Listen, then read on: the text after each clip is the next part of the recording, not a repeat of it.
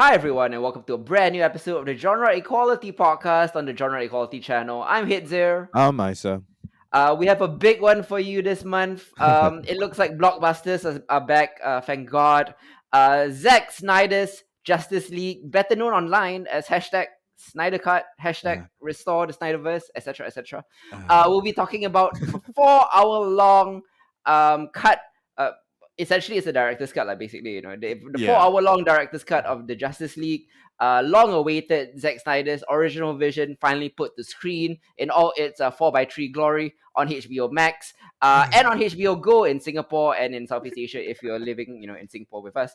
Plus, we'll be talking about the newest release from Disney Animation, currently out hmm on Disney Plus in Singapore theaters. Raya and the Last Dragon, the first ever Disney princess, who is Southeast Asian, by the way.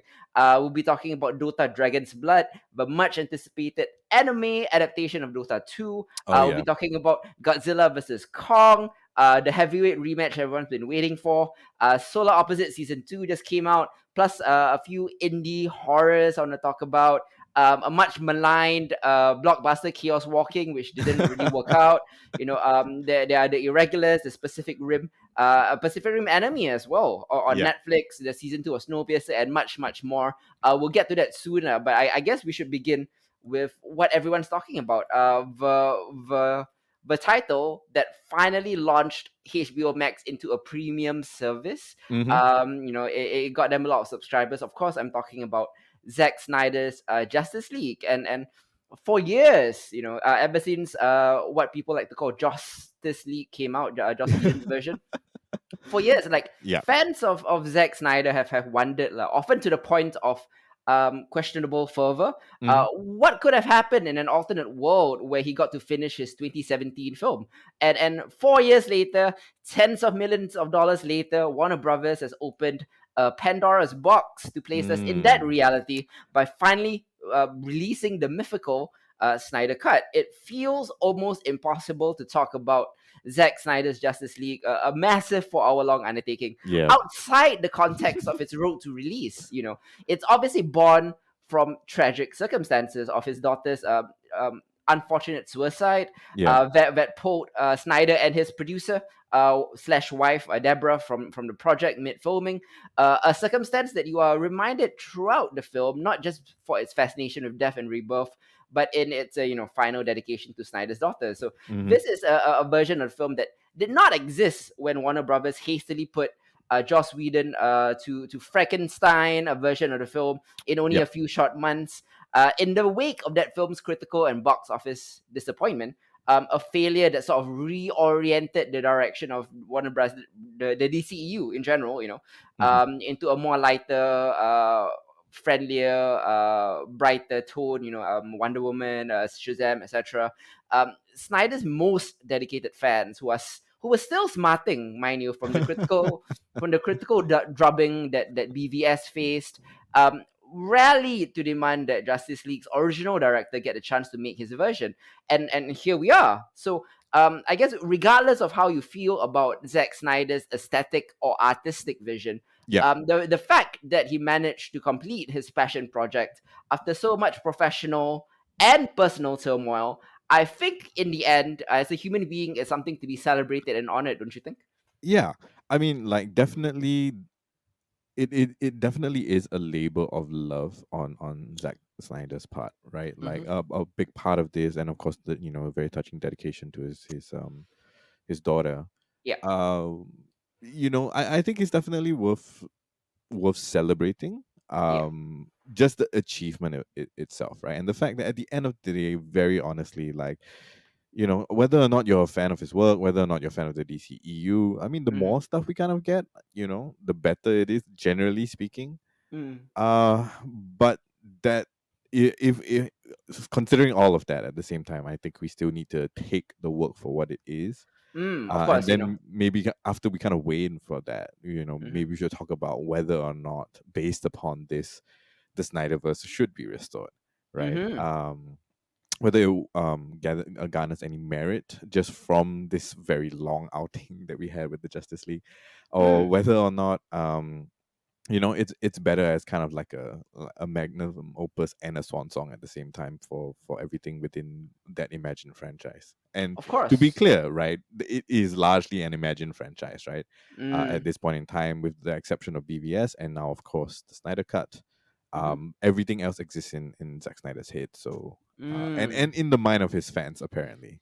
Yes, yes. I suppose in Warner Brothers' point of view, it would be unwise for them not to restore the Snyder Cut, considering the box office. Like, I mean, everything else is subjective, but the objective thing is that stuff like Shazam and Wonder Woman 1984, Yeah. and Aquaman haven't really done well, either Mhm. critically or commercially.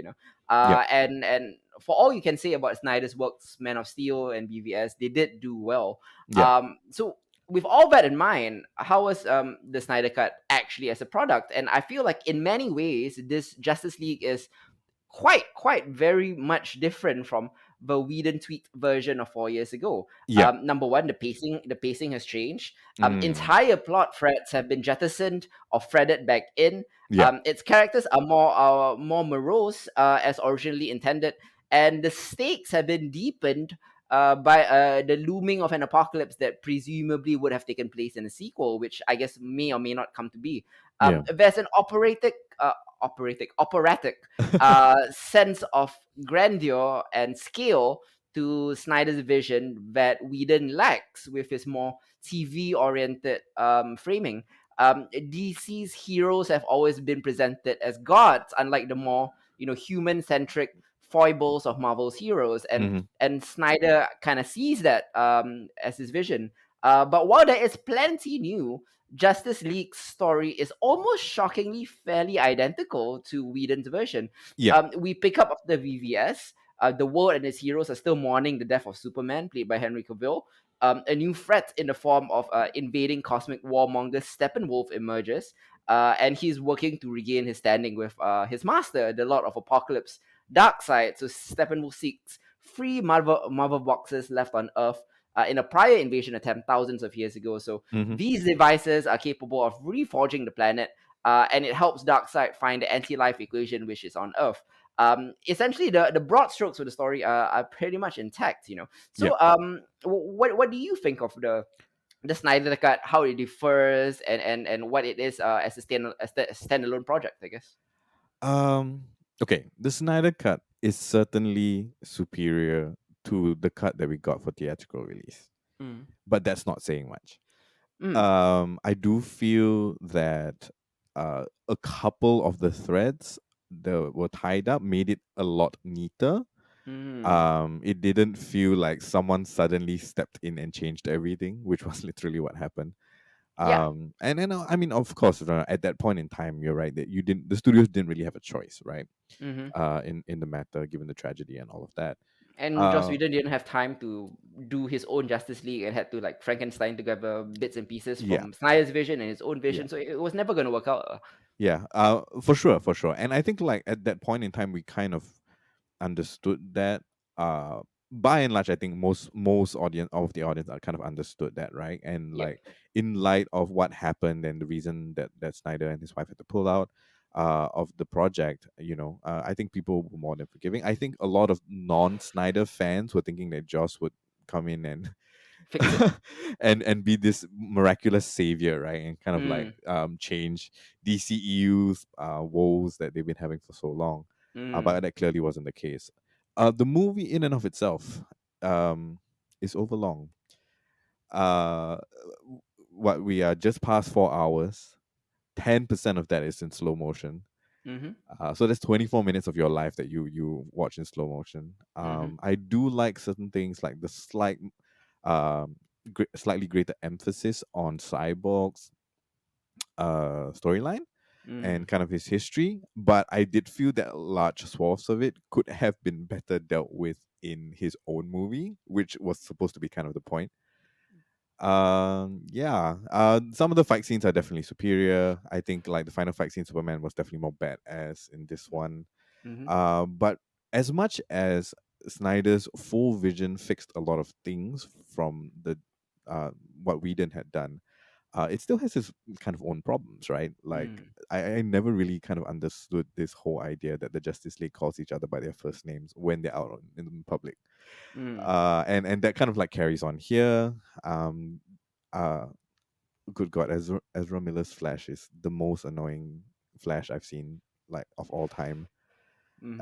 And for a speedster, right, he has one of the worst running forms I've ever seen. Mhm. Yeah, so I mean, there's a lot of things to kind of nitpick about, but again, it is a better movie, I think, personally speaking. Mhm. Um, but yeah, I don't think it warrants bringing back Snyder's entire vision for another like 3 4 movies. Plus Um, new scenes as well. yeah, plus all the new scenes and stuff like that. I mean, uh okay. I actually kind of enjoyed the very last scene that had pretty much absolutely no impact, right? With in which Mm. one of the heroes that is part of the Justice League, much later on appears to Batman, Yep. right?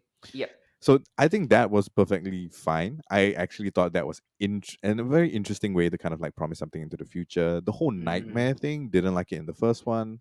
Mm. Didn't like it here either. I think the inclusion of what Jared Leto's Joker could have been was interesting. Mhm. I like the shades that it references the whole injustice storyline, Mhm. right? But I don't think that necessarily, like, sure, you're paying homage, right, to all these kind of things. And there's plenty of fan service all over the place. Mhm. But that doesn't necessarily mean that it's a good or even great movie for that matter. Yeah, yeah. Plot wise, Batman is still processing his guilt from his role in Superman's death, and he and Alfred, played by Jeremy Irons, find themselves in this race against time to recruit a force of metahumans capable of stopping Steppenwolf's plot. Yep. There is Jason Momoa's Aquaman, Gal Gadot's Wonder Woman, Ezra Miller's Flash, Cyborg Victor Stone, played by Ray Fisher. What all this means is that you are not entirely engaging with something completely new in of itself, Yep. despite it being kind of different. Like a good portion of it is entirely new. But in the end, characters start and end mostly as they did in the original version. Mm-hmm. Although there is, of course, much embellishment along the way, and as you mentioned, this hit spinning epilogue that serves almost as a farewell to Snyder's vision Yep. of DC movie making, and perhaps a tease to its potential future. I think he just did that because he knew he wasn't going to get to do it in a sequel, so he just slapped it on here. Mm-hmm. And for the most part, I enjoyed it. It has a story that fully earns the 4 hour runtime, Yep. because it couldn't have been done in a 2 hour movie. Mm-hmm. And the pleasures of seeing this cast of characters together, I think overwhelms the many negatives I have, and I had and do have. Mm-hmm. Um, for me, there is more grandeur and heightened stakes that feel much more befitting of DC's Justice League formation Yep. than the TV movie vibes of the 2017 film, Mm-hmm. which is ironic given that you will experience 2021's Justice League through a television screen. Yeah. The added moments that Snyder brings to Justice League, I think, offer a vital depth of character to most of them. He Mm-hmm. uses the additional runtime to pace the growth of his heroes and bring them together in ways that are far less clunky than the predecessor. Yep. So instead of feeling like a rushed, hacked up race to a third act explosion fest, Snyder, I think, uses the expanded scope um, to scale to up its scale, and to spend time with heroes and villains alike. The league themselves now actually get to breathe and spend time with each other outside of the major elements of the superheroic fights. There is naturally more natural ways to portray their growth into a unit of allies Yep.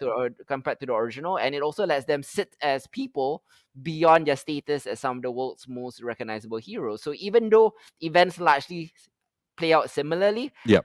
those events at least now feel much more natural and cohesively progress throughout, Mm-hmm. creating a stronger, more coherent process of a film in a process. Lah. So Snyder has this unique vision of these characters, and with the runtime, I feel that I can finally see it. Yep. I never quite got it before. His ideas of Batman and Superman and Flash and Wonder Woman and Aquaman and Cyborg, it's kind of a mix of classical and his own gritty injustice-esque take. And Mm-hmm. I think I've kind of finally come around to his alternate universe, his little Elseworlds that he's created. Yep. I particularly enjoyed his handling of Superman as a symbol. Hmm. His take on Steppenwolf feels much more fleshed out here Yep. than the rather cartoon villain that we got in 2017.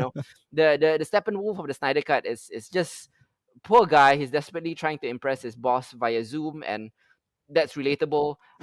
His take on Batman's guilt, Yep. which kind of proves that Ben Affleck's casting was actually quite inspired. His belief in Ray Fisher's great performance as the tragic cyborg, which is mangled by Whedon, Mm. is great. And finally, for all his faults, I think Snyder knows how to direct action Yep. better than anyone else on the DCEU roster. Hmm. From the battle at Themyscira in the beginning, all the way up to the final sequence, Snyder has an eye for the epic that feels unmatched by, say, Patty Jenkins or James Wan or Joss Whedon. Hmm. Yeah, but that being said, the film is pure Zack Snyder. All his best and worst parts are in this one. This is pure Yep. Snyder. Yep. The Snyder Cut is, by definition, right? It's the Snyder Cut, by definition, pure indulgence in Snyderisms, and Mm. and and Snyder's distinct visual style. He is filmmaking only in splash pages. Shots slow as molasses, speedy CGI characters hurtling across the screen, these rotating zooms and pans, moody shots set to an ominous chorus of women's chanting. He likes to do it a lot. Yeah. It gets a bit much at times. Like one thing the Snyder Cuts makes very clear is that Snyder is infatuated with the violence that superheroes are capable of. Mm. Sometimes that works, like Yep. when we highlight the Amazonians' willingness to sacrifice their really ripped bodies to protect Themyscira, Yep. or how he power scales Superman against other heroes, demonstrating just how terrifying a real life dangerous Superman can be. But obviously, at other times, it feels gratuitous or edge lordy.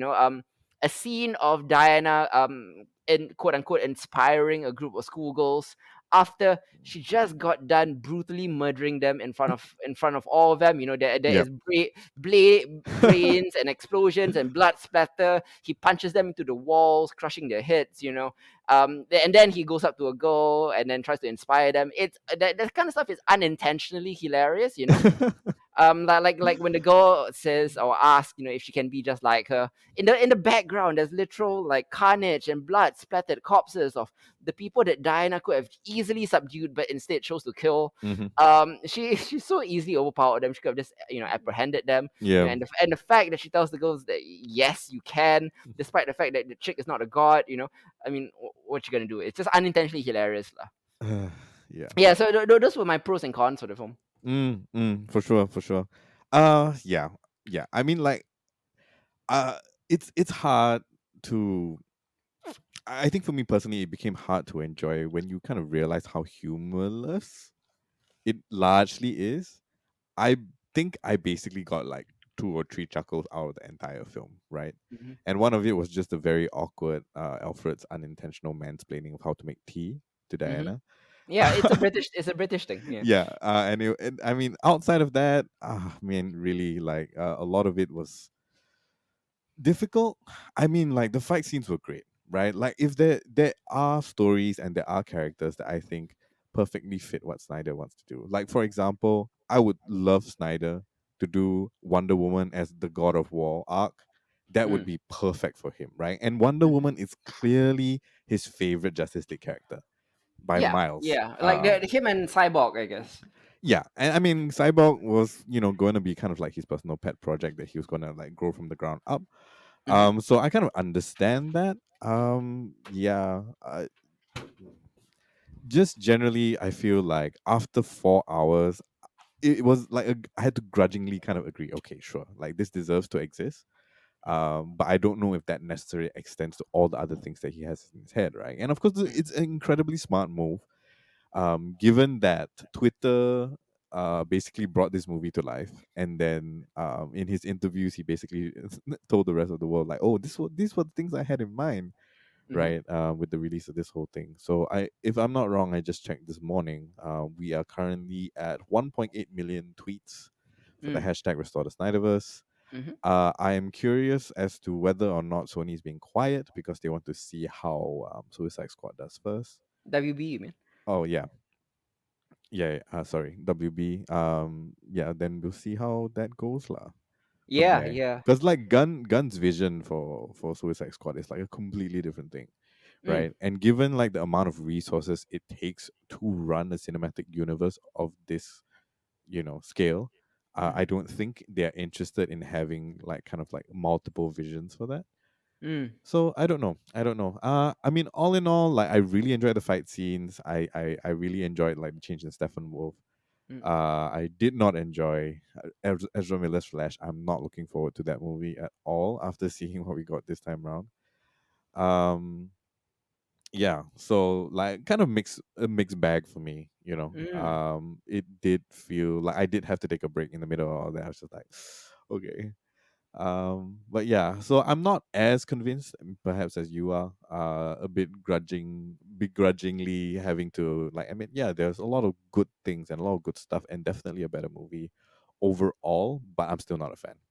Yeah, yeah. I think in the end, Justice League is a peculiar thing to consider as a work lah. It Yeah. is undoubtedly a stronger and more emotional movie than the version released in 2017, and much more coherent, much more enjoyable. I like the score by Junkie XL, Mm. better than James Newton Howard's other score in the Yeah. previous film. I actually like the pacing. I actually felt it felt faster than Joss Whedon's version. It felt like Joss Whedon's version was a 2 hour movie that felt like a 4 hour movie, and this was a 4 hour movie that felt like a 2 hour movie. And I liked Snyder's grandeur and grasp of the physics of the heroes. Like his little things, like little touches that he does, the air bubbles that the Atlanteans create and things like that. Like I like his physics. I like he has an eye for those type of details that he doesn't have for character work. Yeah. Um, that Yeah. being said, like it isn't perfect for someone who rankles at Snyder's aesthetic and Mm. his odd soundtrack choices, the slow mo excesses, to the point where I think like there is a 10-second sequence where a sesame seed gets a slow mo, his heavy handedness.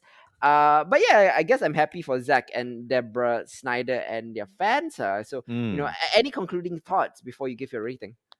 I mean, yeah, a better movie got made. A Mm, lot of people are happy, right? That they called for something, it finally got made and helped basically, the Snyder family complete something, right? That was mm-hmm. near and dear to their hearts. So Yeah. all of those things I think are good things. I for one am still not convinced that we should have more of that. As far as like the Snyderverse goes, because I think that ship has sailed, right? And I think maybe the studio execs think the same way. But yeah, that's we'll see. We'll see where this goes with Suicide Squad coming up, and the Flash movie is still on, right? Mm-hmm. Yeah. So yeah, the time will tell whether or not this has been convincing enough, and whether or not the upswell of rallying support will make a difference in terms of whether or not we get more within the Snyderverse. Yeah. But Yeah. we'll see. Yeah. So in the end, I'm giving this a 7 out of 10. Okay, okay. I'm not too far away actually. I'm giving a 6 out of 10. Nice. Okay. Yeah. So I mean, generally positive reactions to this. I do feel like this is Snyder's best DCEU film, by a mile. Actually, Mm-hmm. maybe Man of Steel comes close. BVS was an abject failure. I think Yep. everyone recognizes that, even most hardcore Snyder fans, Yep. and this Snyder cut more or less kind of redeems his vision lah. Yep. It may not be for everyone, but it was good in the end. We both gave it positive ratings, although not enthusiastic ratings. But Mm-hmm. yeah, in the end, it worked out well. Even for people who. I think if you listen to this podcast a while, we've traditionally not enjoyed Snyder stuff, Yep. and we ended up enjoying this. So kudos to him and his fans, and credit to the Snyder Cut people who have long held this reputation as being like a really toxic fandom, which is true to a point. But also they've raised millions and millions and millions of dollars, crowdfunding wise, Yep. for suicide prevention awareness charities, Mm-hmm. and that's great. And I think that doesn't get enough attention as well. Absolutely. There's the good and the bad lah. Yeah. Yeah. Next up, let's go to a different streaming service. Let's go to Raya and the Last Dragon on Disney Plus, or Mm. if you live in Singapore, you can watch it on Disney Plus for $30, or you can just go watch it on the weekend for 9.50 at your local cinema. Uh, I would much rather do that, to be honest. But Disney's growing canon of princesses of color, which include Jasmine, Mm-hmm. Pocahontas, Mulan, Esmeralda, and Moana, has a new member in Raya, who is voiced by Kelly Marie Tran here. In what has been hailed as a groundbreaking moment for the long legendary studio, its latest animated feature doesn't just introduce its first Southeast Asian characters. I think Mm-hmm. writers Queen Nguyen and Adele Lim, alongside their creative team, went to great lengths to try to accurately represent the region in terms of food and Mm-hmm. architecture and character design. Now, while we may applaud the effort to nail cultural details, well-intentioned representation might be wasted if the film itself isn't worth watching. Mm-hmm. So who cares if representation is done good if Yeah. the film is not good? So how does Raya and the Last Dragon fare? I think quite well, Mm-hmm. but not perfectly. There are some issues with the representation too, because there's only actually one Southeast Asian person of Southeast Asian heritage in the cast. Yeah. But I kind of don't want to nitpick on that. There's too much like politicking going on in voice acting anyway. Yeah. But I do feel like this fantasy epic is a thrilling adventure underpinned by a strong emotional core. It has by far the most breathtaking fight sequences I've seen in a Disney film. Mm-hmm. Stunning visuals, ambitious world building, excellent humor. Um, some fairly complex characters. It's not super complex, but it's deeper than I would have thought they were going to go. Yeah. Star-studded voice cast who all did a great job. Mm-hmm. I think Raya proves to be a wildly entertaining, all ages fable about acceptance and found families and the power of trust, all in all. But there are some flaws with it. What do you think about Raya? I mean, all in all, I really liked it. I thought conceptually it was cool, right? Yeah. Just especially like kind of the opening scene kind of caught me with this whole idea of it being like a fantasy post-apocalyptic wasteland. Yeah. The costumes were great. I thought the music was great. Um, the whole heist thing, okay, kind of like seen it done before in over time and all of that. I don't think it was as emotionally hard hitting as a lot of Disney stuff we've seen recently. Um, but yeah, I really, really did enjoy it. Like the fight scenes are so impressive. I have to Hmm. say, just generally a lot more dynamic than what we've gotten before, and I think, of course, the story setting itself did allow for that. I felt the characters were strong. I thought the mythology was interesting. All in all, I thought the visuals elements were Hmm. very beautiful. But yeah, yeah, I think they did a really, really good job. All in all, Yeah. pacing was a bit strange in parts. I feel. Like I feel like every time they visited a new city to go and get something done, you just have like a vignette of a heist, and then you kind of got to move on. Hmm. Whereas I perhaps I was expecting a bit more kind of like character development during the travel time and things like that, right? The interpersonal relationships between some of the characters don't feel well earned enough sometimes, which makes like the jump near the end, right, where it's a call to action for trust to feel a bit of a shortcut, Mm. in my opinion. But yeah, like other than that, it's a fun romp. It's Hmm. very nice to see kind of like Southeast Asian motifs and dress and food i- on screen and Yeah. represented really well, visually at least. Yeah. So yeah, I think there's very little to complain about. And hopefully we get to see more of Disney venturing into more representative stuff because we get interesting stories out of it. Yeah, I mean, as you mentioned, I think one of the most intriguing aspects of the film was the world building. I think that the film it opens with this zippy millennia spanning history, right, to the Mm-hmm. fictional country of Kumandra. 500 years ago, they introduced the plague creatures known as the Droon, who stalked the land where humans and dragons live together in peace and harmony. And then they turned people and dragons alike into stone, and they were Yeah. only stopped when Sisu, who is the last remaining dragon, sacrificed herself by using her energy to craft this magical gem. Subsequently, the country splintered because, of course, they did, with each of its clans breaking off into five distinct lands: Mm-hmm. Fang, Spine, Talon, Tail, Heart. Each named after the country kind of is in the shape of a dragon on Yeah. on on the map. So the different lands take the names from where they're located lah. And the Heart Clan, which is where our hero is, has long held on to Sisu's stone, which draws the ire of the other clans. So we fast forward, we meet a tween Raya and her single dad Banja, voiced by Daniel Day Kim. They've been tasked with protecting Sisu's gem. And Raya is this kind of well-trained badass warrior, and she takes the duty seriously, whereas her father is instead focused on reuniting Kumandra, Mm-hmm. convinced that decades of strife and tension can be healed. Unfortunately, at first, Benja is gravely mistaken, and after being double-crossed by fellow Princess Namari, played by Gemma Chan, and accidentally summoning the return of the Droon, Raya loses everything: her father, most of the shattered gems, and any hope that Kumandra can ever be reunified. I really like that premise, And then Mm-hmm. we Mm-hmm. fast forward to 6 years later, we find our titular heroine, accompanied by a really adorable giant pillbug sidekick named Tuk Tuk. Yep. She's kind of compelled by sorrow, compelled by regret. She embarks on this quest to find the last dragon and save the world from the Droons.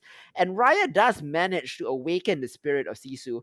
But in one of my favorite parts of the films, and I did not watch the trailers, so I didn't know this was going to happen. Mm. She hilariously discovers that the water dragon is actually kind of a ditzy teen, a voice to awkward perfection by Aquafina. Yes.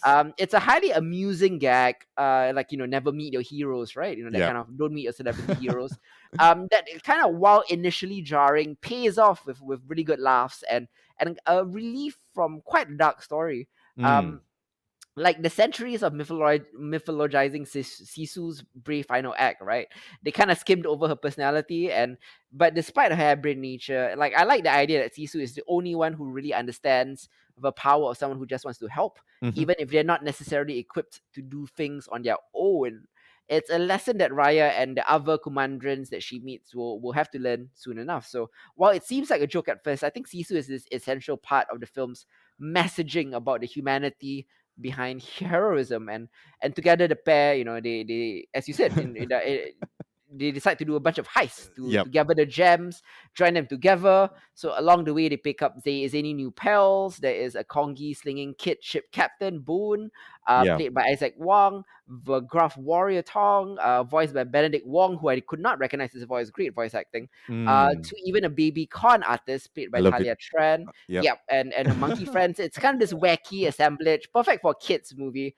But Ryan the Last Dragon is quite rooted in emotion, and this motley crew is, I think, capable of kicking up big laughs, great action sequences, and some tears as well towards the end. Mm. So the group moves through this gorgeously colorful Commander, right? I think directors Don Hall and Carla Lopez Estrada do a great job of giving each province very distinct looks, in Yes. terms of terrain or weather or things like that. So the adventure kind of keeps the audience engaged visually and emotionally each step of the way, learning about these new parts of the world. Lah. So there is neither a love story nor musical numbers here. Mm-hmm. So it's quite different for I guess Disney animation.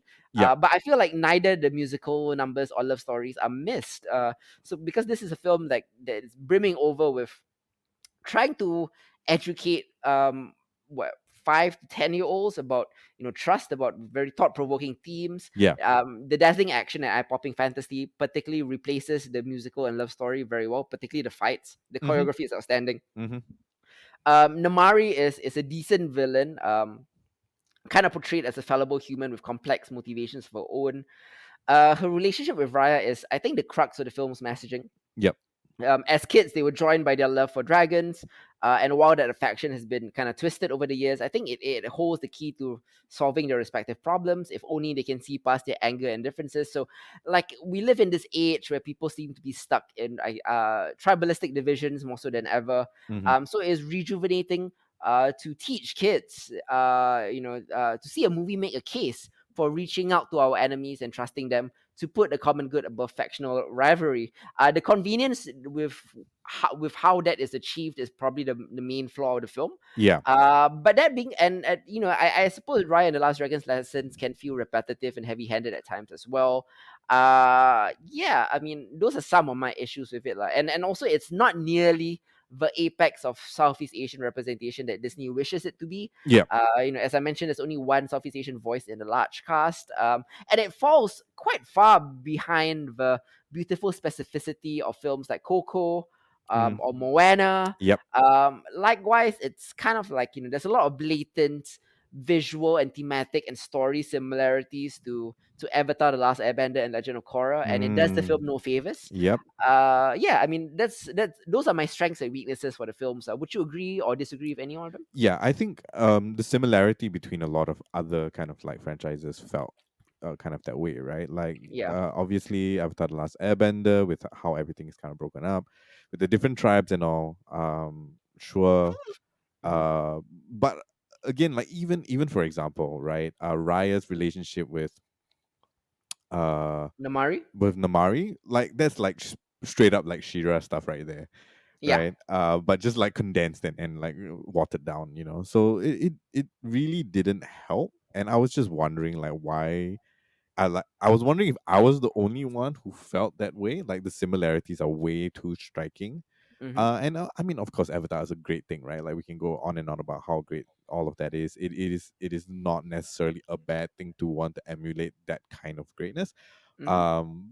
Yeah, but there were just kind of moments I was like, really? Are we really just kind of like going in that direction? Okay, cool. I feel like there's a lot of stuff that could have been done given that it was supposed to be so specific to like Southeast Asian culture, right? Like that they Yeah. didn't have to kind of like reference Airbender. Yeah. Yeah, so just the kind of thing. Like again, I really did enjoy this. All in all, not perfect. It could have been pretty amazing actually. I think, but there Hmm. is a line that they have to kind of thread. Or at least they feel like they have the thread, and they decided to stick to that. So okay lah. Yeah, yeah. I think like regardless of the flaws, like it's still a visually glorious, very enjoyable and quite engaging spectacle. Mm, That should be embraced for some of the challenging things on its mind and the hope for humanity in its heart. Which yep. is why I'm giving this a 7.5 out of 10. The caveat is I think this would have worked better as a TV show rather than a film. I would definitely have watched the TV show. Like if they really were going all out to get that kind of like Airbender vibes, they should have done that. Yeah, I'm gonna give it a 7 out of 10. Yeah. All in all, like I don't know, just some missed opportunities, man. Like the costumes were so cool, like so many things were just really cool to see on screen, but Hmm. it never really got past that in a lot of areas. So oh well. Yeah, yeah. I actually could see Disney Plus easily spinning this off into a TV show. It looks like it almost feels like that's what they plan to do. Like this is almost a pilot episode to be honest, the way that it's presented. Yeah. Yeah. Speaking of dragons, we're gonna jump into a very, very different type of animated dragon Hmm. here. Next up, we're gonna go to Netflix for their adaptation of Dota 2, called Dota's Dragon's Blood. Great anime, man. Dragon's Blood is Mm. an exceptional anime that you can find on Netflix.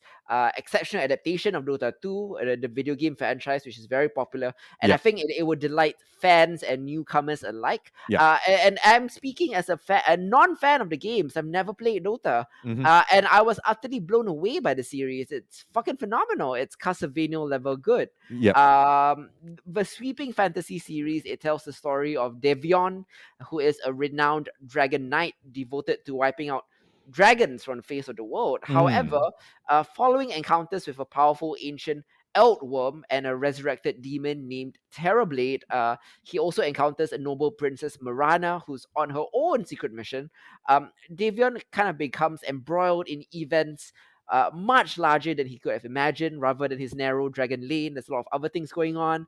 There's a bloody religious war between two sects of moon goddess followers, etc. There is a sorcerer looking for revenge. It has a cast of compelling, complex characters, spectacularly hyper violence action. This is Mm. not for 5 to 10-year-olds. Not at all. This is not even for 15-year-olds. No, no, no, no, no. I don't think anyone below 18 should be watching this. Yeah. It has beautiful animation. It has oodles of emotional complexity on all sides, very Castlevania-esque. Mm. It is a stunning adult anime that fleshes out the story and mythology of Dota in such a brilliant manner that captures a non-fan immediately. Yep. And I can only imagine what it does to fans, because I was thrown into the deep end. And I reveled in it simply because of the story, the pacing, the character work was bloody good, and not to mention, the very literally bloody and gory battle set pieces that are gruesome and delightful in equal measure. And at 8 episodes, this is a very short, highly enjoyable binge that made me beg for season two. And this is coming from a non-Dota fan. I mean, you've played Dota. What do you think about Dota's Dragon's Blood? Okay, so here's kind of the interesting thing, right? Like Dota started out as a Warcraft franchise, right? Like World of Warcraft franchise. Mm, For some of you that aren't aware of like the history and the kind of the rise to popularity, Dota, which actually stands for Defense of the Ancients, was a custom map that was made for Warcraft 3, yeah, right? And basically spawned like the entire MOBA genre that is insanely popular today. yep, Yeah, so that's like where Dota stands in the whole thing. Now the thing is, because of copyright issues, right? This whole custom map thing and the fact that Steam or Valve rather, um, it became so popular that it kind of spinned off into its own game. But all the assets that they were using at that point in time were all Blizzard assets, hmm, so they had to kind of revamp the whole thing while keeping it looking similar enough for things to kind of like make sense. yep, But as a result of that, like you have if you do play Dota, right? yeah, There's like a whole host of like heroes that you can choose from with all sorts of the abilities, and all of them actually more or less mapped onto heroes that you get within the Blizzard lore. hmm, When it finally became Dota 2, when it came its standalone thing, there wasn't any lore.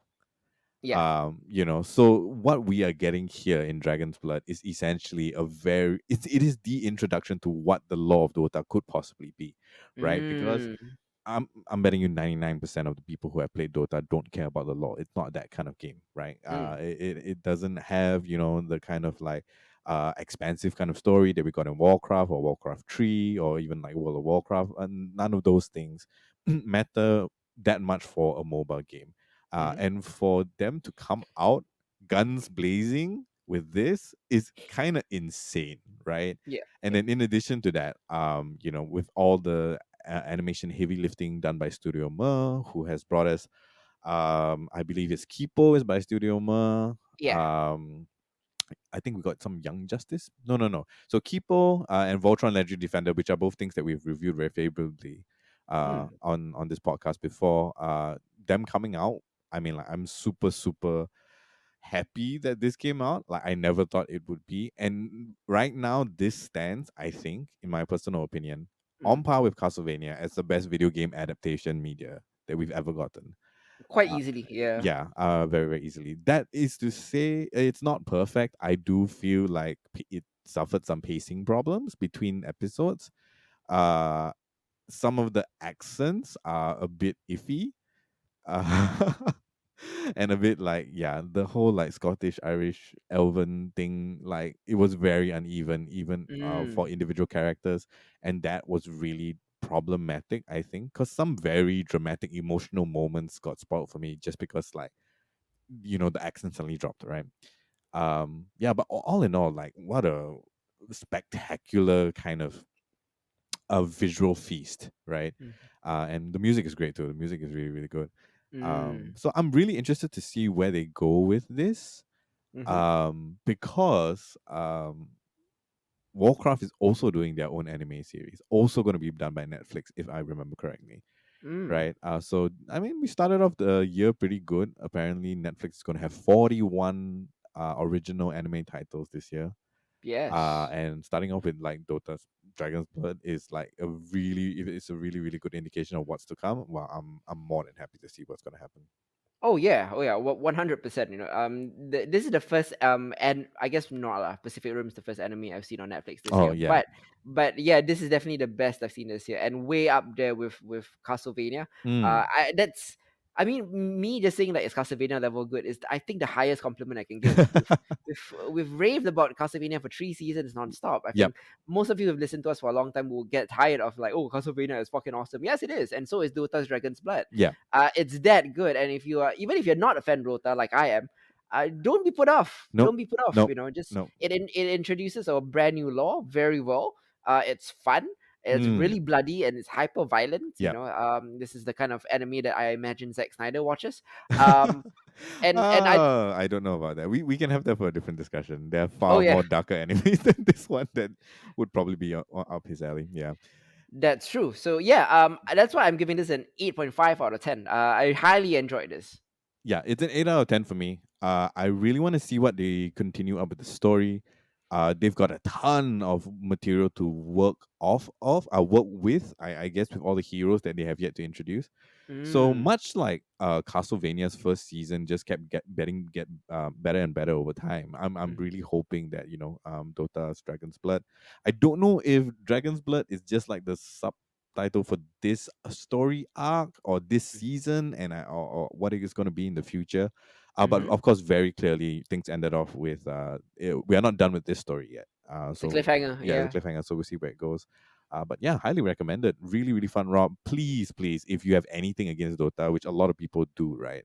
Mm, Given its popularity and just kind of like the toxicity that its player base is famous for, I mm, would encourage you to kind of set that aside, right? Like all of that is on the players. It has nothing to do with this fantastic series, and mm. you should give yourself a chance and watch it. Yeah, yeah, highly agree, definitely. Yeah, so I mean, Dota Dragon's Blood was initially supposed to be a quick hits topic. Like I had no expectations for it, so we pushed it up to a main topic because we both enjoyed it so Yeah. much. But let's delve into quick hits, where I talk about some of the titles that my co-host may or may not have seen, and if he has, he can jump in. Mm. First off, obviously, I have to begin with a big one, directed by Adam Wingard, Godzilla versus Kong.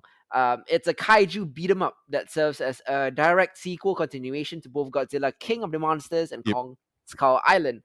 It features the long-awaited rematch between the two monsters after Kong. I think he claimed the TKO victory in the 1962 Toho movie. Mm-hmm. He won that one. So, in addition to the two leading big boys, the movie also co-stars humans like Millie Bobby Brown, Rebecca Hall, Kyle Chandler, Brian Tyree Henry, and Alexander Skarsgård, and much more. And they all, some of them were most of them were in previous movies, so it does work organically into the story. Yep. So what I can say, other what else can I say other than the film delivers on its title? The Titan fights are easily the best part of Godzilla versus Kong. Um, Mm. Adam Wingard definitely has the eye to make most of these moments feel fucking badass and look spectacular. The visuals are insane. They feature jaw-dropping fight scenes between the two iconic heavyweights that just wow you. Like your breath. I feel like I was holding my breath throughout most of these fights. When they're clobbering each other, it's a pure thrill. Just super well designed, gnarly creature brawls all over the place. It's a and in true kind of in genre, there's a lot of versus titles, right? Yep. AVP, BVS, etc., etc. But in true genre versus tradition, we know that the two hero kaijus will eventually team up to take on the true villain. Yep. It's just a formula. It happens everywhere. In this case, it's not a spoiler. It's been revealed in the trailers. The true villain is Mecha Godzilla, Mm. and oh boy, the scenes where Kong and Godzilla tag team against Mecha Godzilla. There's surprisingly good coordination for two mindless monsters. Are just breathtaking, exceptionally joyful to watch. You will smile your widest smile watching them team up. I guess, however, the bad parts are that the human elements are still so Oh, damn it. bafflingly bad. Yeah, yeah. Yeah, I was gonna The ask about that. Man, the incredible actors I mentioned earlier kind of deserve better than what they were given here. Yep. Most of the human angles are so overstuffed, illogical, and pointless that it constantly took me out of the film. It's a Mm-hmm, bit like when you're watching the commercial breaks in between UFC fights. You just go for a pee, go buy your snacks or whatever. It's just like, it's not important. So why do movie studios keep making this mistake? Nobody gives a fuck about people. Like they are not why we bought a ticket. yeah. Like I do not care if Millie Bobby Brown gets trampled or not. It's just I don't care. Yeah. The story and the plot is meh. And again, I ask, why bother having such a convoluted story with many moving parts at Yep. all? When it Mm-hmm. comes to something like this, just like the movie starts, this is what I would do. The movie starts, Godzilla is there. Kong is there. They fight for like an hour. And then Mecha Godzilla pops up. Then they both team up and fight Mecha Godzilla. Bam, bam, boom. 90 minutes over. Yep. That's all I wanted. If it wasn't for the humans, this would have been perfect. So, which is why it's a 6 out of 10 for me. Yeah. Okay. Okay. That's fair. That's fair. I mean, like the I don't know what are they calling this thing now? Is it a monster universe? What is it? The MonsterVerse. Yeah, the MonsterVerse right now like has consistently been plagued with that problem, right? From the moment in time when they did the first Godzilla within this particular universe, like Yeah, yeah. with the infamous "let them fight" line, and Mm-hmm. like it was the same thing for Kong as well. Like humans were, the weak part of the thing. I mean, sure, on a meta level, you can kind of see that as whatever you want, right? But it's hard, I think, for studios to understand that we don't really need much of that. And if you Mm-hmm. look at the old Godzilla versus King Kong, right, Mm-hmm. or any of the older stories, kaiju stories, right, there's very little kind of human representation there, other than them fleeing in terror, Mm-hmm. right? And that worked back then, and they became cult classics for that reason. I Yeah. just don't know if Hollywood is ready to let that idea go Mm-hmm. because you need big actors to bring in people, I guess. They're Um not they're not the stars of the film. Like the yeah, stars are in the title. You know what I mean? yeah. So I don't know if we'll ever get something like that. Yeah. Right? Like same thing. Like we're gonna be talking about Pacific Rim later. Yeah. More kaiju. Yeah. Yeah, more kaiju stuff. And yeah, we'll go over that in a bit. But it was the same thing for Pacific Rim, both one and two when it came out. We're just like, cool, giant robots beating on giant monsters. I'm Yeah. down, right? The rest of the movie, whatever. Yeah. So I don't know. It's been a fair number of movies into this particular genre. I Mm-hmm. think all the reviews have basically said the same thing.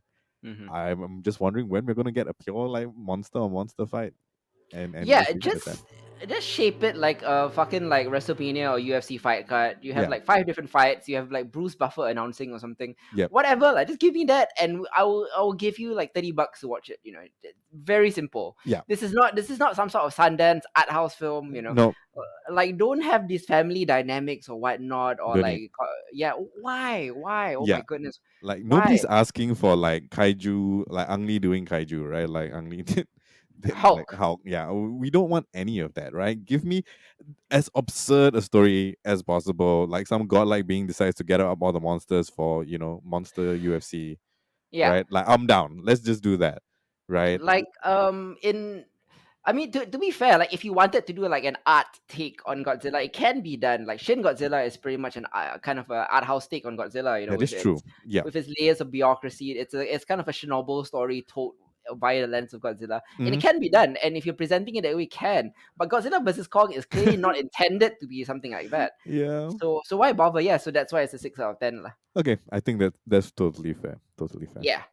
Next up, I'm going to talk about an indie horror film coming out of Guatemala called La Laronia. It's not to be confused with Blumhouse's The Curse of La Laronia, which came out a year or two ago. I forgot. About 2 years Uh, back. Yeah. yeah, they're very different stories. This La Llorona is directed by a fellow named Jaro Bustamante, and Hmm. it blends together the terror of the popular Latino myth of the weeping woman and a brutal reality in this modern retelling of this historical genocide against the Mayan community in Guatemala. Something that I frankly was not aware of. It's a real thing. The film centers around a retired general named Enrique, who is kind of this fictionalized version of the country's former president, Efren Rios Montt. Hmm. So he's finally facing trial for the massacres he orchestrated decades ago. Basically, under this general slash president, a lot, hundreds of thousands of ethnic Mayans were ethnically cleansed back in the day. So as a horde of angry protesters kind of threatens to invade his opulent home, the women of his house, the main characters are his wife, his conflicted daughter, and precocious granddaughter. They weigh their responsibility whether or not to shield this old man who's becoming senile Hmm. against the ugly truths that are being publicly revealed about him by the courts. Yeah. And then there's also this frightening sense that a wrathful supernatural entity is targeting the entire family for his past atrocities, the La Llorona, the weeping woman.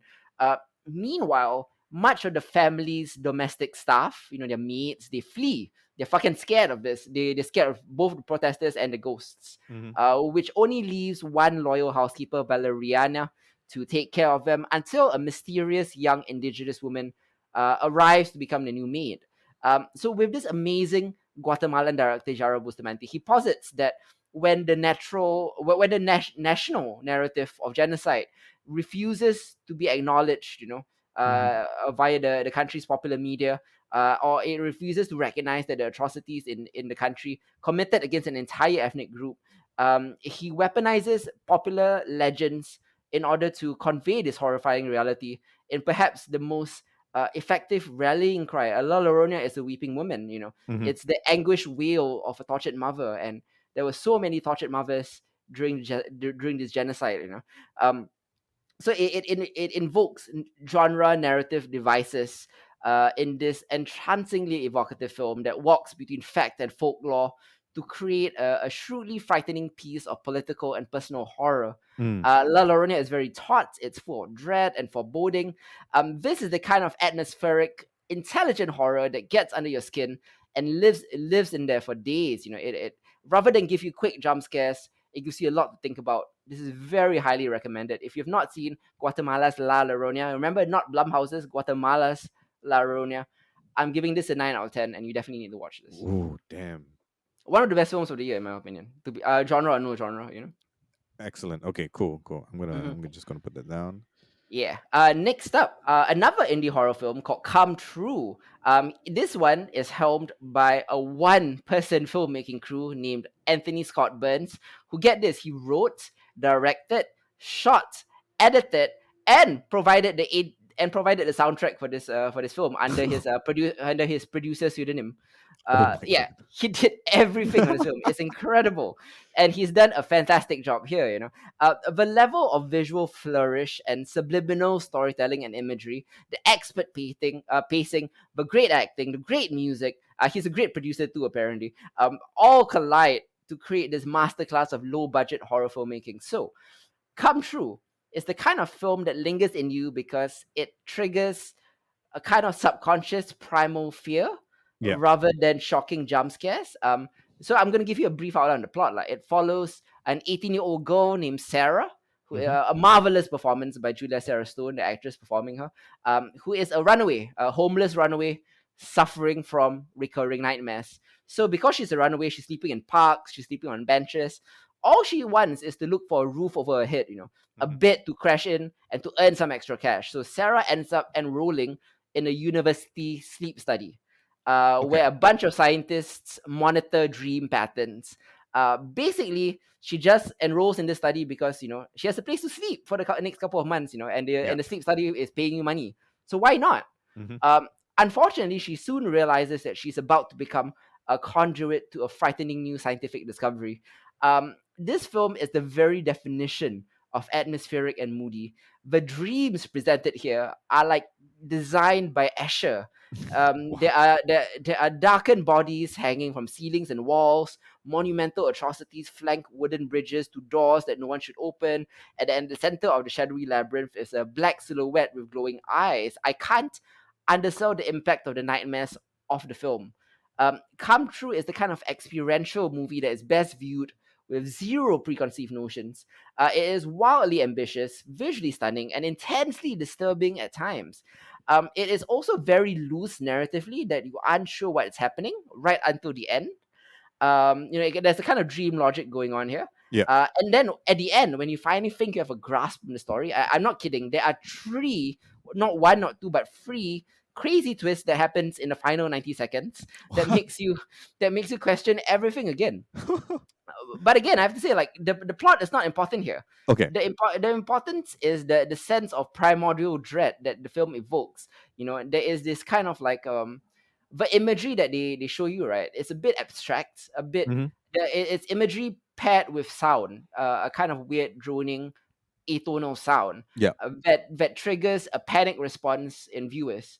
And I don't know how to describe it because the imagery is quite abstract. Mm-hmm. It's Mm-hmm. just like blobs and shapes and glowing things and sounds. And for some reason, it triggered a panic response in me to the point where I think like about 15 minutes in, I had to pause. Wow. I did not realize that it was going to be so triggering, lah. Yeah. The apparently the director slash writer slash everything. He was a psychology major, and he kind of studied how to trigger this, Right. just via random images, and it really does it here. The Interesting. primordial sense of dread is what it is the genius of the film lah. It is tense, it is oblique. Come true, it goes to some truly strange places. So if you're a fan of minor key horror, and the soundtrack, outside of the atonal sounds, Hmm. this guy, he does like some incredible synthwave music. Um, I think his producer name is Pilot Priest. Okay, I just looked it up. Pilot priest. Pilot Really priest. awesome. It's very like Drive-esque music. Okay. Yeah. And if you can accept ambiguous narratives, this is definitely for you. Hmm. If you like art house horror, it's an 8 out of 10 for me. Okay. Okay. Cool. Cool. I Yeah. got pilot priest, as in both vocations, right? Like pilot priest. Yes, both vocations, one word. Okay. Pilot Sure. Priest. Look him up. He's a great producer and apparently a great filmmaker now as well. Interesting. Interesting. Yeah. Yeah. I'm curious. Were you like on headphones or anything while you were watching that particular scene? I was not watching it on headphones, but after I realized the importance of sound in the film, I decided to watch it on headphones to get to get a better experience. Oh, I'm kind of curious, right? Because it sounds like maybe there's some binaural stuff going on with Yeah, that. certainly there is. Yeah, Yeah. so that's kind of cool. That's kind of cool. I'm definitely gonna go check it out. If nothing else than for that, but it sounds like a fairly interesting movie. Yeah, and I really like how low budget and it's basically a one man passion project, and I gotta appreciate that. That's nuts, man. I mean, like most of the time it's like a triple threat, right? Like you write, direct, and you act. But Hmm. this is like next level stuff. Oh, incredible! Yeah. Next up, I'm be talking about season 2 of Solar Opposites, Mm. Hulu's comedy created by Rick and Morty co-creator Justin Roiland.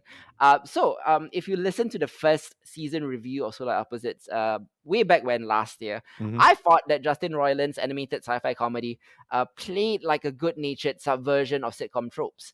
It featured a really fresh spin on Third Rock from the Sun. Mm-hmm. It centers on a team of aliens who escape from a dying world only to take refuge in Middle America.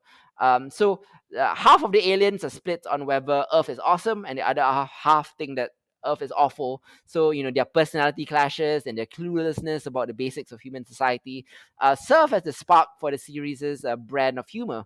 And despite the kind of often outlandish premises and occasionally gruesome results, the series was kind of genuinely LOL funny. It's very unlike the chuckle. Oh, it's so clever, funny that Rick and Morty is. Mm-hmm. Mm-hmm. Like Rick and Morty is more like, oh, I get it. There's so many layers to their joke, but I find myself not LOLing at Rick and Morty.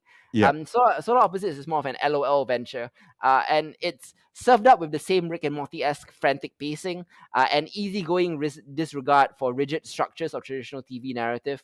The show celebrates as much as it lampoons sitcom narratives. There is a genuine affection between the characters, making for a nicely humanistic grounding to what could otherwise have been just a series of madcap weirdness for its own sake. Mm-hmm. So unlike Royland's other show Rick and Morty, which sometimes feels like crazy shit for the sake of crazy shit, Okay. Yeah. this one actually has some emotional grounding. Yeah. So the setup is fundamentally the same as in season 1. So much so that the first episode of season 2 is a playful wink at how sitcoms is like everything's the same history of sitcom. Every episode restarts to the same point. There's Yep. no long lasting consequences to sitcom structure. Uh-huh. So like the beginning of the second season is the aliens have fixed their ship, Okay. and they're going back home, or they're going to find a new planet to terraform. Their ship malfunctions and crashes exactly back in the same place. And then one of the characters says, This puts us right back to where we were a year ago," and that's how the season starts. So essentially nothing has changed. Oh my god. So it's a great riff of the classic multi-camera sitcom formula, which emphasizes self-contained episodes that introduce and resolve for conflict within a half hour packed with jokes that you don't need any prior knowledge to get. There's no running jokes. The alien family of there's the fussy scientist Corvo, slacker Terry, moody teen Yamulek, and bubbly teen Jesse. They also have a world-destroying baby pupa.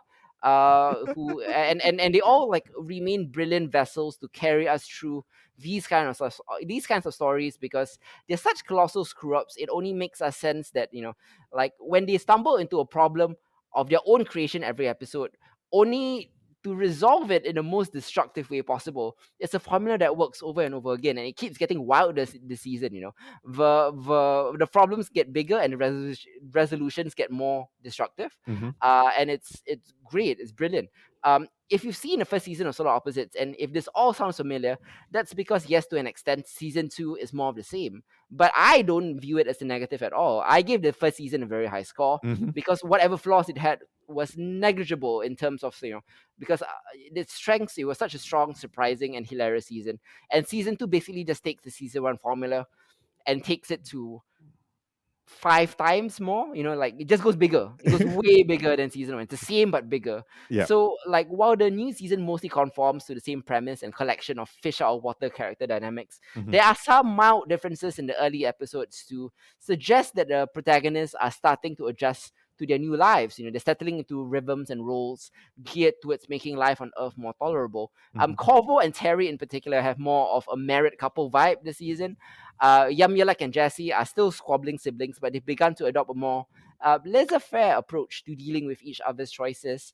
And for a while, that sweetness endures. The first half of the season maintains the show's signature blend of outrageous and often gruesomely violent scenarios, Mm-hmm. with a fast-paced blitzkrieg of jokes and sunny, even downright earnest sentiment. Again, very unlike Rick and Morty. Mm-hmm. There is a more is more tendency towards turning up the dial on all those elements. Some of the installments, I think in episode 3, there's a story where Yamilek tries to harness the power of BDE, Big Dick Energy, uh, only for his genitals to outstrip his control, and it starts melting away any humans within its radius of influence.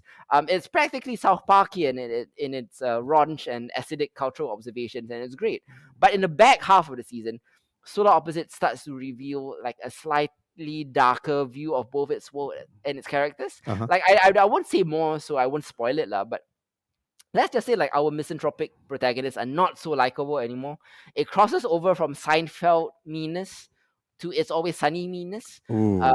So, like, thankfully though, like, the series is still really good and funny enough to carry the jokes, even though you don't quite like these people anymore. Yeah. The series' best element, in my opinion, though, is not the family. It is the ongoing show within a show drama that takes place in a miniaturized society of Yamulek's Wall. If you don't know what that is, Yamulek has been shrinking random humans into miniature size, into like Ant-Man size, and he's keeping them in a terrarium behind his wall.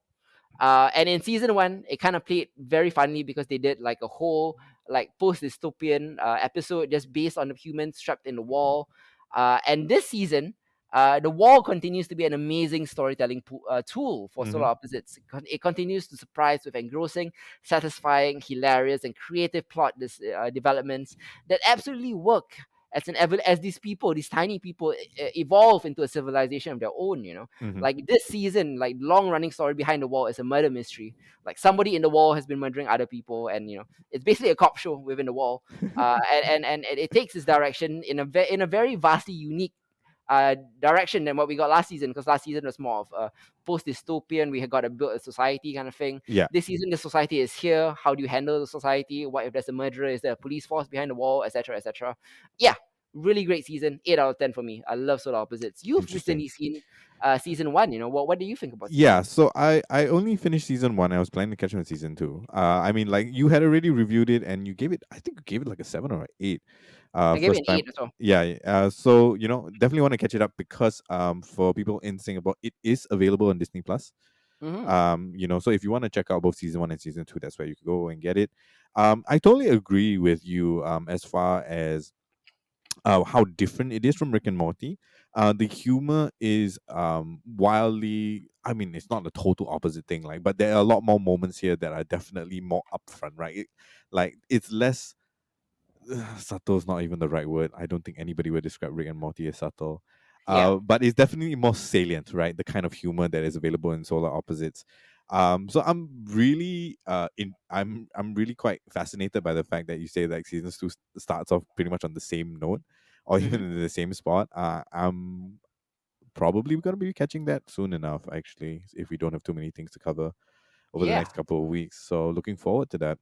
Yeah, if you're in North America, watch it on Hulu. If you're in other territories, such as us, it is available on Disney Plus. Because if you are not aware, Disney owns everything. They bought Fox. Fox owns Hulu, so that's what happens. Yeah, Yeah, yeah. so the opposite is on Disney Plus right now. Eventually, we'll just watch everything on Disney Plus. Yeah, So yeah, it's just a matter of time. yeah. There'll be like two streaming services: Disney Plus and like Coca-Cola Plus or something. Cookie. Uh, Next up, I'm going to be talking about Chaos Walking. Mm. This movie is supposed to be released in 2017. In fact, Uh, no shit. The filming of this movie actually finished in early 2017. The movie was done 2017, 4 years ago, done.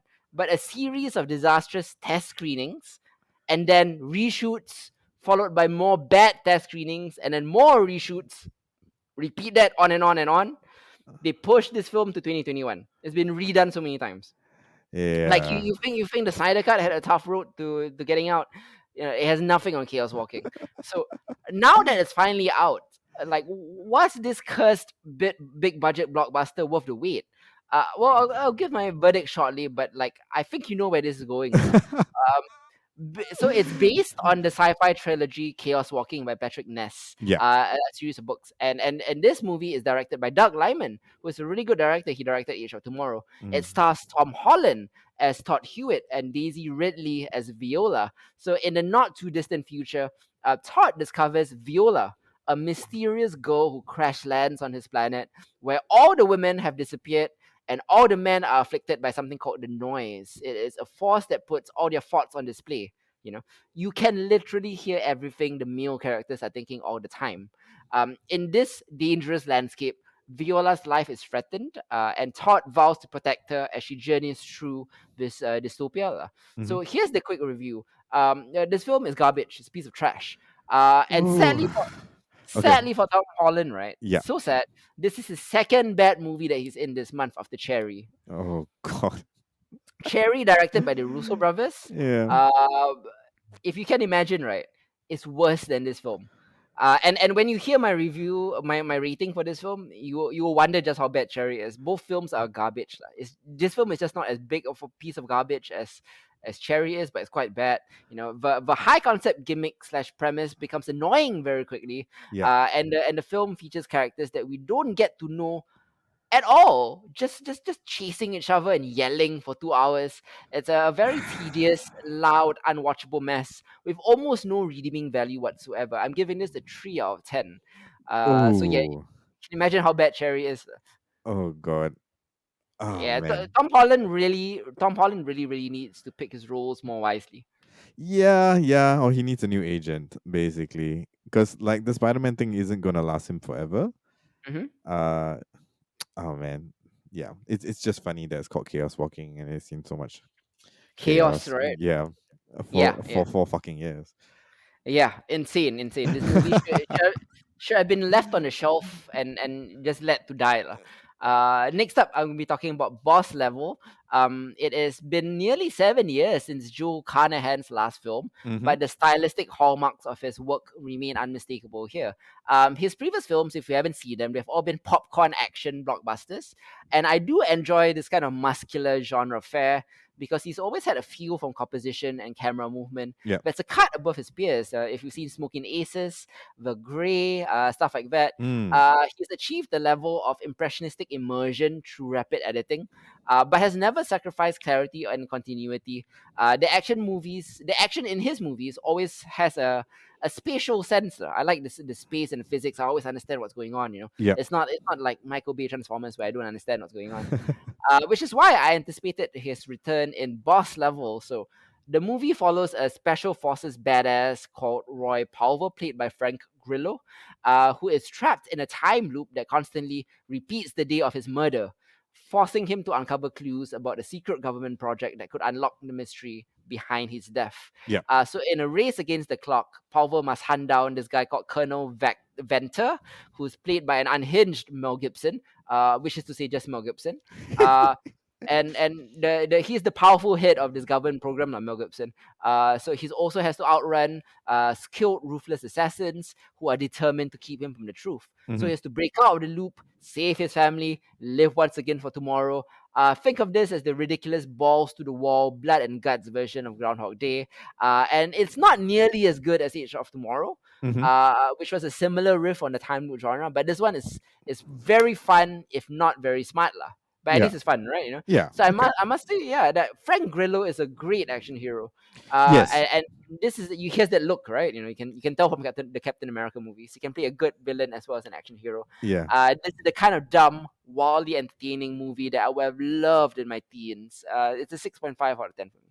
Oh, nice. Okay. Okay. Yeah, yeah. Awesome.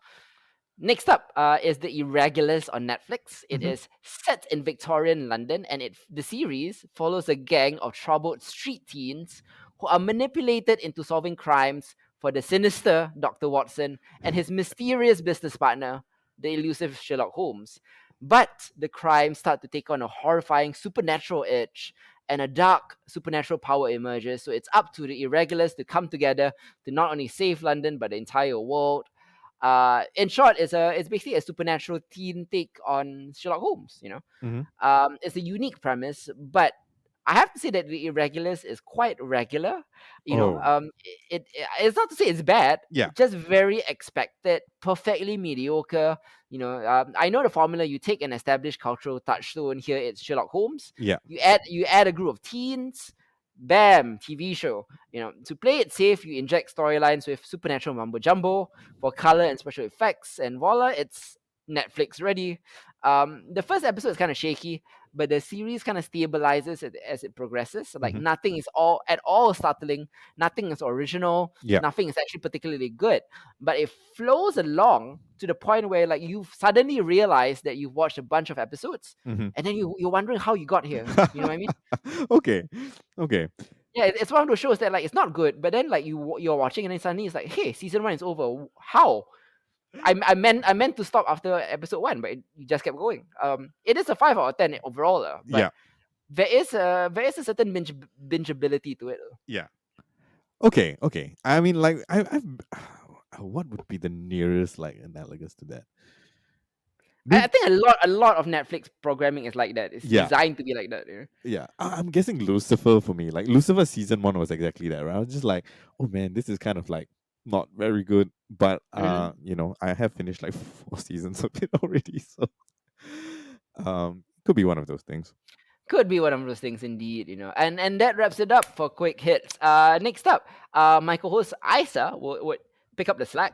Yep. He has in Pacific Rim The Black and Snowpiercer season 2. Let's Yeah. kick it off with Netflix's adaptation or spin-off of the Pacific Rim franchise with this anime series. What do Mm. you think about Pacific Rim The Black?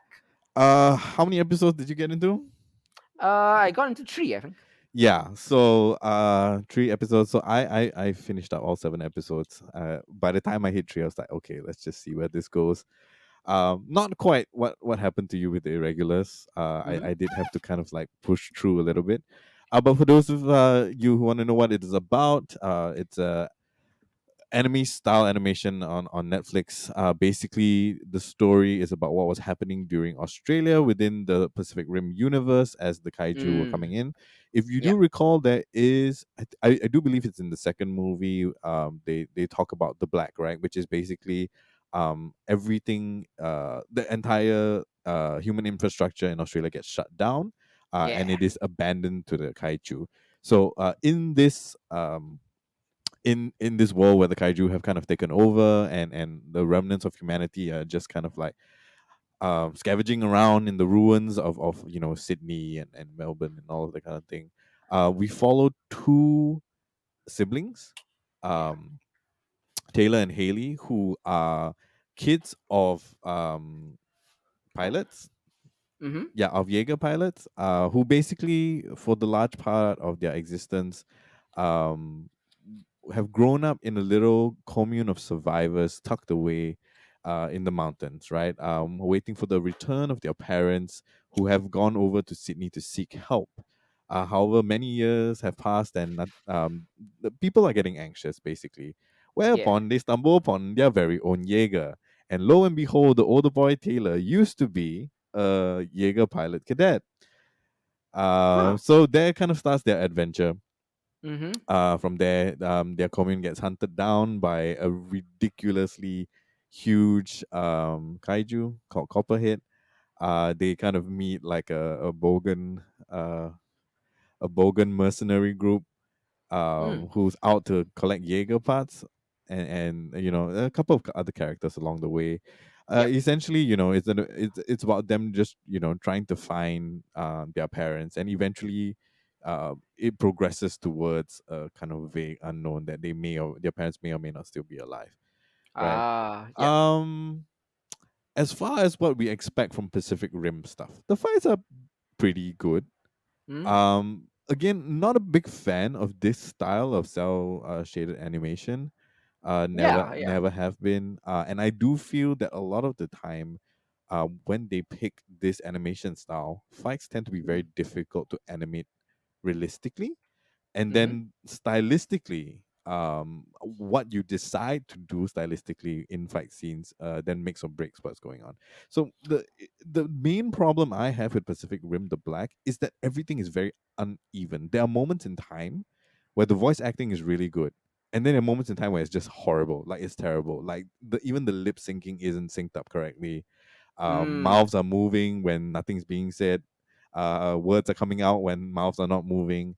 You know, Yeah. It reminds me of Genlock a bit, the Rooster Teeth series. yeah, yeah. I feel like this feels a lot like Genlock Plus, very honestly, right? Like Mm. it totally feels like that. The pacing is pretty terrible. Um, yeah, the music is okay, but like all in all, like when you go into a franchise like Pacific Rim and you're thinking like, okay, you know what? I want Max versus Kaiju, and they Yeah. do give you some of that, but it isn't enough fighting or enough of that kind of like epic battles to justify the slog of the human drama, right? So kind of Mm. in the same way that you were talking about in Godzilla versus Kong, but this one is like, yeah, it's over 7 episodes. Like the conflict is not well built up. The characters are not well fleshed out. They have a semi convincing villain, which I was kind of like impressed by, but like that's short lived. Yeah, and at the end of the day, the whole mystery about the thing doesn't get like revealed very well. The tension Mm. is constantly like tight and loose all the time, and it's kind of a mess in my opinion. Mm. um and I'm just wondering if it's like when Pacific Rim came out, it was wildly popular and wildly successful, right? Not perfect at all, but it gave people Max versus Kaiju, which is not something that we've seen from Hollywood in quite a fair time, right? Yeah. Yeah. Transformers aside and all that nonsense, because you can't actually see anything on the fucking screen. Mm-hmm. So we see Max and Kaiju's in all their glory for the first one. The second one was a bit more meh because like they kind of were rehashing kind of monster designs. They were rehashing kind of the same kind of fights as well. They gave us Mm. more human drama, which we didn't want in the first place. And then now we come to this, which is the exact same downward curve, right? That we have been getting for so long. The fights aren't great. Yeah. The kaiju designs aren't anything imaginative whatsoever. Mm-hmm. Yeah, and the story is just kind of out of whack. Like there's no balance to all of that, and it's just really really uneven all the time. So much so that it gets annoying. That being said, if it's just something that you want to put on screen and like veg out to while you're eating your dinner by yourself and there's nothing better to do with your time, then sure, right? Like some of the visuals, actually, some of the landscapes are really beautiful, Mm-hmm. rendered. But outside of that, I'm gonna give this a 5 out of 10. Okay. Yeah. Fair. Yeah. Yes, let's move on to Snowpiercer season 2. I'm of course here we're talking about the TV series starring David Diggs, Jennifer Connelly, and for season 2 we have added Sean Bean into the mix. Uh huh. He hasn't died yet, as Ooh. is mandatory for all of the characters Sean Bean has ever played. Tradition. Yep. Yeah, but we are quite a ways into the season so far, and he's still alive. Although things are coming to a fore, and that might or might not change. I know you weren't really impressed with what you saw of season 1. Mm-hmm. If I remember correctly, I was the one who reviewed that together with Hardy. Yep. Um, Definitely. but I'm staying on because I love David Diggs and I love Jennifer Connelly, and I thought it was a decent enough show. Mm-hmm. So at the end of season 1, we kind of left on a cliffhanger whereby Mr. Wilford on the prototype train that preceded the Snowpiercer, has now reappeared on OLS, which is the prototype train, and has latched itself onto the back of Snowpiercer, with all the ups and downs and the democratic experiment that has taken place on Snowpiercer in season one. An outside threat now threatens to undo all of that, with Mr. Wilford's kind of like mythical existence becoming corporeal. Mm. Um, it is very interesting to see how Sean Bean's portrayal of Mr. Wilford's character kind of like insidiously seeps into the psyche of the people on the train. And that causes like a whole bunch of political conflicts, that's basically where the train is at this point in time. Does Mm-hmm. it make the show better necessarily than what we got in season one? Not necessarily. It is definitely more complicated and more complex. There are more variables involved. The performances are still by and large fairly even and decent. But I Mm. do feel that without having resolved so many of the threads from season one and bringing in an event of this kind of like magnitude to shake things up even before things are vaguely even settled is a little annoying, right? Ah, okay. Because there are just these things hanging in the air that you don't have answers to, right? And those answers would have made this development far more compelling, in my Mm-hmm. opinion. But that's not necessarily the case. It could very well be that the writers are playing, are juggling like eight balls at one time, and we just got to sit tight and wait for everything to land, right? Yep. Which might be the case, right? I think they have a good enough cast, and they kind of pulled it off a number of times in season one, where everything kind of like falls into place and then it all kind of makes sense. So there is a possibility in the over the next I'm guessing we're into the last third of the series, of the season, Mm-hmm. that everything could land, is going to make total sense, and the show's gonna feel really good. But we're not at that point right now. If you are a big fan of what they did in season one, season two is not bad, but it's nothing great. I'm just gonna give it a 5.5 out of 10 for this season. Okay, yeah, yeah. Seems fair. Seems about where I expect Snowpiercer to be. Good, just not great. Yeah. Worth a watch, but nothing special. Yeah, yeah. That sounds like Snowpiercer. Mm-hmm. Finally, for this episode, I'm gonna wrap it up with the return of the pull list, where I'll be talking about not a new book, but an old one called House of Leaves. Mm.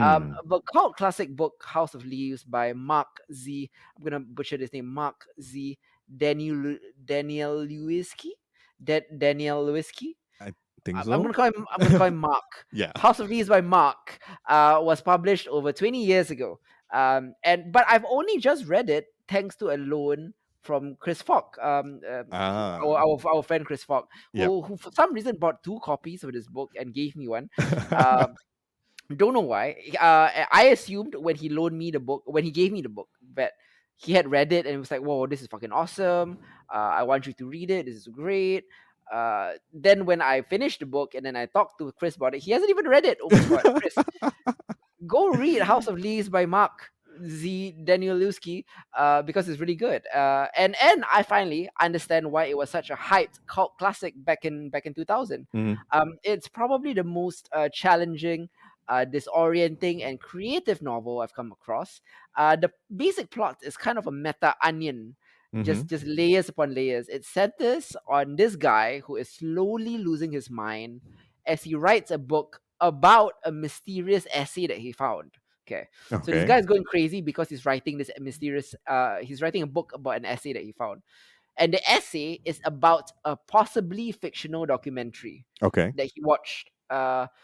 Then this documentary in turn is about a family whose house is impossibly larger on the inside than on the outside. Mhm. Mhm. So it does those are the layers lah. You're basically reading a guy writing about a thing that he found. Then you learn about the guy that's writing the essay about the documentary that he found, and then then you learn about the documentarian who actually made the thing, the people living inside the house, etc., etc. Bit of Ah. a bit of a complex plot structure. Yeah. But what's great about it is that not only did the existential horror of the story give me nightmares, this book is it really did give me nightmares. This is one of the few things I've read but it stuck in my head and scared me. You know, like without the visual aid of horror, Mm-hmm. I find horror books to be difficult to be truly frightening. Yep. And this one was truly frightening to me. And the book is also immensely intriguing because of its experimental formatting. Page layouts vary because at points the book must be rotated to be read. Fonts change in size, type, and color to evoke agoraphobic or claustrophobic effects, or sometimes offer coded messages which you can decipher. There are multiple first-person narrators, as I mentioned. Mm-hmm. There are copious footnotes, which themselves have footnotes because like the essay has a footnote, and then the author who's making a book about the essay also has footnotes. As about the footnotes. Wow. Yeah, it's a bit like yeah, Jonathan Strange and Ah. yeah, that kind of vibe. Right. Right. And the author uses a variety of writing styles. There are academic dissertation style. Mm-hmm. With the essay, there's the style of news articles. He even does his own artwork to when people are trying to describe rooms within this impossibly large house. Yep. There are poems, letters, interview transcripts, and video transcripts.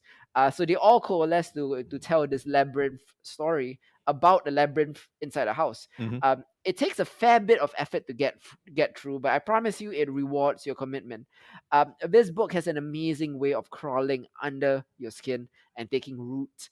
When I read it, um, quite on purpose. The book is a lot about sleep schedules, about how whatever you witness inside the house kind of affects how you view the world in your sleep. Yeah. And then when I read it, my sleep schedule, which is already astoundingly bad, uh, became even more irregular and bizarro.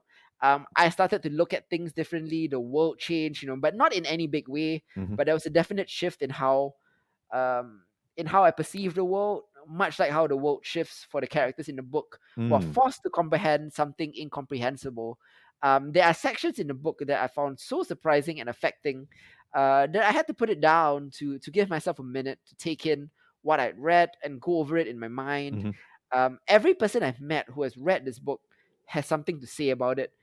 Something much more personal than just like, oh yeah, I liked it, or oh, the book's overhyped. Mm-hmm. There is a visceral reaction to the book that the writing can elicit, and I find it fascinating.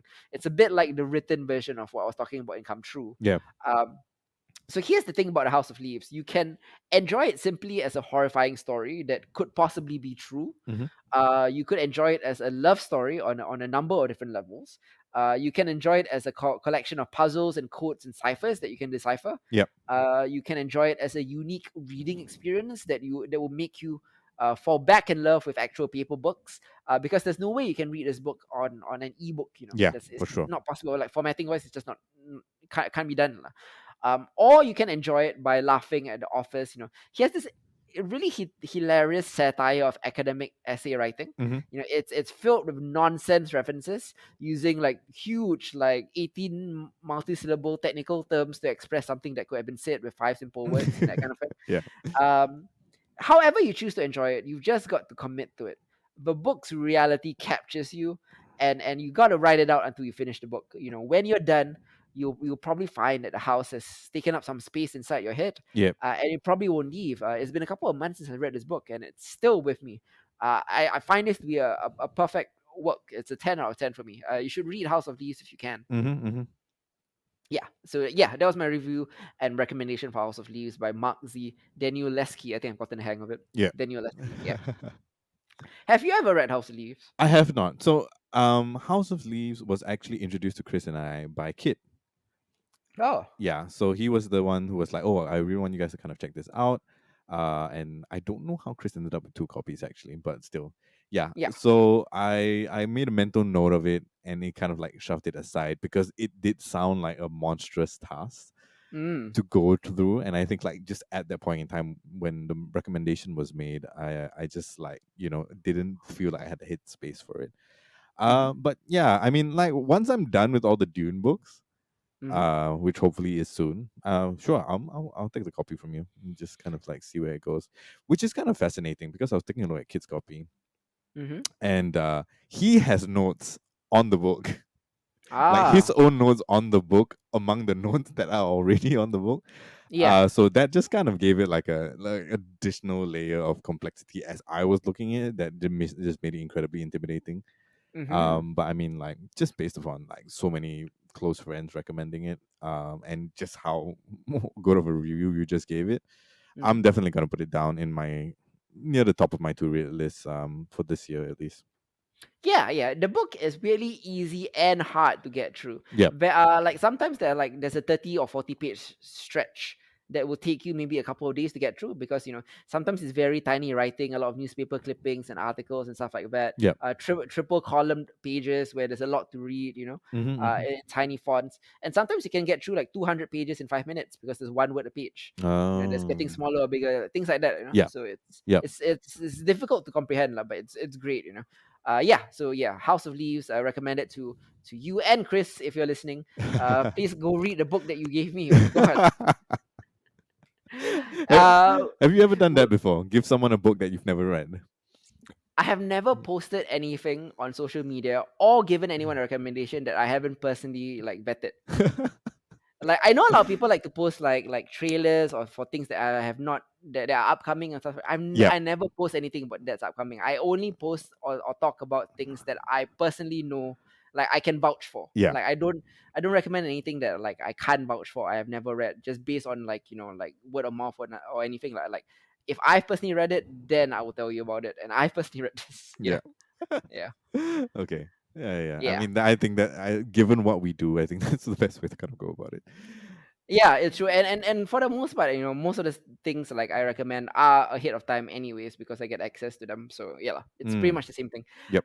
We'll be back for a couple of new Behold episodes next month in Mm-hmm. the month of April. Yep. We'll be talking about modern teen shows, featuring Euphoria, Mm-hmm. Never Have I Ever, In My Skin, and Sex Education, and basically talk about a little bit about the differences between modern teen shows, the Gen Z teen shows, Yep. versus the Gen X / millennial teen shows that we grew up with. Uh-huh. Very different, obviously. Yes, absolutely. And then we'll be back a couple of weeks after that for what I would like to call naturalistic slice of life films, almost non-narrative films, Mm-hmm. stuff like where a camera is just a fly on the wall and you're watching people do things. The main topic, of course, is going to be Chloe Zhao's Nomadland and Chloe Mm. Zhao's The Rider, a bit of a Chloe Zhao special. Yep. To complement that, there is a Japanese film called Shoplifters, which I really like, and The Florida Project by Sean Baker, which I really loved back in 2018. Mm-hmm. Yep. Yeah. Yeah, excited for that. And next month, another big one for genre. Blockbusters are back, guys. Mortal Kombat. Uh, Coming, the R-rated version of Mortal Kombat is coming soon on Yep. HBO Max. I am so excited for this. It looks perfect. This looks like what Godzilla vs Kong should have been. Yeah, for sure, right? And this Yeah. time, like, we're just skipping all the. I mean, there's bound to be some human drama, but just based upon the Red Band trailer itself so far, it looks like they're gonna give us very little of that. Hopefully, Mm-hmm. so we'll see how it goes. I am really excited. The trailer got me hyped, so yeah, let's see how gory they can make this, right? Because I do feel like previous Mortal Kombat movies have always been kind of hamstrung. PG. Yeah, Yeah. so fingers crossed. So that's only one of two main topics. The second main topic is the first season of the Falcon and the Winter Soldier. Mm-hmm. I don't know if anyone else, and as of this recording, I've only seen the first two episodes. Same here. I gotta say, episode two, whew, phenomenal, phenomenal fucking episode. Yeah, Added so many layers to every character, villain and non-villain alike. yeah. Love the show so far. It's almost the antithesis of WandaVision in every way, Mm-hmm. but yet equally compelling. Yeah, and it's mind blowing, right? Like, it's Yeah, mind yeah, blowing to have like these two completely different things come out from Disney Plus, yeah. and just kind of like continue to peel away at this weird onion that they've kind of like grown, Hmm. in completely different ways. I'm super hyped to see what they're gonna do with this entire season of Falcon and Winter Soldier, and then immediately after that it's gonna be Loki, right? Yeah. Yeah. Well, it's Black Widow first and then Loki. Okay, yeah. So I'm super super hyped to see like what they're doing with this, because like at this point in time, Marvel TV can't fail. So Yeah. yeah. Yeah, we got Loki coming up, we got Hawkeye coming up, we got Shang-Chi, we got the Eternals, we got Spider-Man Far From Home. Mm, Of course, Black Widow, as I mentioned. So there will never be a week without an MCU product out there, and I'm quite happy. Honestly, I don't think I don't think I've ever gotten oversaturated with it. It doesn't feel like it. As long as it's good, right? Yeah, Like just keep giving it to me. As long as yeah, it's good, it's fine. yeah. I mean, like, I feel with a lot of the weaker MCU movies, there was always like these like significant gaps, so they did feel like kind of filler. But Yeah. like, we've always gotten like back to back. What did we get? We got Captain Marvel between two Avengers films. It was Captain Marvel and Ant Man and the Wasp Yeah, between Infinity War and Endgame. yeah. I mean, those three weren't necessarily that great, but it never at any point in time felt like too much. So Yeah, we'll see. yeah. Mhm. Yeah. Of course, The Way of the House Husband, the anime adaptation of a Yeah. manga that we reviewed, coming out on Netflix early next month. So we'll just throw that up as a main topic only because we've already discussed the manga. So Yep. we both wanna see how the anime adaptation holds up. Yep. For quick hits, a lot of big ones actually. I'm going to be talking about Invincible, the Amazon Prime adaptation of Robert Kirkman's comic book Invincible. It's been really good so far. The first 3 episodes are out. I highly encourage you already. Like, I know I'm going to love the show. Yasuke is coming out on Netflix as well, which is an Oh. anime about the first African samurai. Infinity Train returns to HBO Max for its fourth and final season. Mm-hmm, Is the end of Infinity Train. Shadow and Bone is coming out on Netflix. mm-hmm. There is a Melissa McCarthy comedy called Thunder Force, which is her as a superhero. It looks hilarious. I'm going to watch that. There is an Amazon show called Them, Mm-hmm. which is interesting. It's a bit like I saw the first episode at South by Southwest. Yeah. The premise is like you saw Lovecraft Country episode 3. You Yes. know, the black family that moves into the haunted house. Yep. Yeah, but what if that episode was an entire season? Is what Them is. Oh. Right. Yeah, Right. Because I was reading something about there were comparisons being made about them and Get Out. Not Get Out. yeah. Uh, Lovecraft. Lovecraft. Yeah. Yeah. Okay. Yeah. It sounds. I mean, I'll watch it for sure. I did enjoy that episode. Yeah. The lead actress is the girl from Us, which I find hilarious because the only two in Us is us and them. Yeah. Yeah. Yeah. So that's our lineup for the next genre. Tune in next time. Till then, this has been Hidzir. I'm Isa. Goodbye, guys. Ciao.